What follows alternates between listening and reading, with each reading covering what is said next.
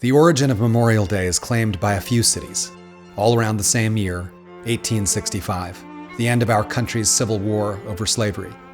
One of the earliest is May 1st, 1865, when 10,000 people who just escaped the forced labor camps of the South held a parade. They, accompanied by school children, members of the Black Union battalions, Black religious figures, and white abolitionists, marched around a racetrack in Charleston, South Carolina. As it seems to be the nature of some human beings to think they're better than others, most of us have at least one family member who's had to risk their lives to defend another's. My grandfather, Robert Cook, fought in World War II as a bomber pilot. He lost his best friends in combat, watched them get shot out of the sky, more than once. Those who made it through their bombing missions over Italy would fly out again knowing it could be their last hours alive. They'd sing the song, "I Can't Get Started" by Duke and Gershwin, emphasis on the first lyric. I've flown around the world in a plane. After the war ended, my grandfather never set foot on a plane again. And after he told me that story, I can't listen to that song either. Grandfather fought the Nazis out of a feeling of obligation. The Nazis believed themselves a master race, a master culture. They demonized Jews and communists, socialists, and certainly anybody who believed in democracy and representative government. Most of all, the Nazis believed in violence, cruel, sociopathic violence. My grandfather did not. He believed in people.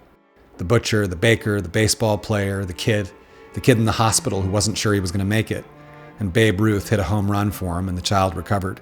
My grandfather wrote that story, among others, as the sports editor for the New York Herald Tribune. And after that, he wrote stories about the people he knew and saw in his daily life, at the grocery store, at the cleaners, the barber shop. He didn't write war stories. He never glorified it. He didn't want any part of it. He liked people, our idiosyncrasies, our foibles and hilarities. He called those of us who didn't get it the mugs. He introduced our family to a broad education, which my dad expanded on being a child of the 60s and passed on to me. The heroes in our household were my grandfather and other freedom fighters, Martin Luther King Jr. We now have the techniques and the resources to get rid of poverty. The tremendous and inspirational arc of Malcolm X, who would become El Hajj Malik Shabazz. And if Jesus were here in America today, he would be going to the so-called American Negro. Heroes throughout history, those who fought against slavery at the founding of the country, like the Quakers, Ben and Sarah Lay, Gouverneur Morris, John Brown, people who've been scrubbed from our history books because they lost, and people who won without violence, like Gandhi, people who brought hope through the power of human achievement, like Einstein. In 1950, 2 years after Gandhi's death, Einstein recorded an interview for the United Nations from his study at Princeton University in New Jersey. Einstein said, "We should strive to do things in Gandhi's spirit, not to use violence in fighting for our cause, but by non-participation in what we believe is evil." And Einstein wrote this to Gandhi. He said, "You have shown through your works that it is possible to succeed without violence, even with those who have not discarded the method of violence.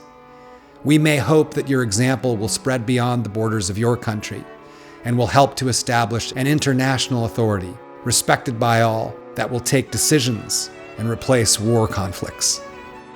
In honor of my grandfather and his service, and those whose service we all honor today, may the all-encompassing and highest good forgive us for our lack of love and compassion and respect for humanity, the gift of life in this world.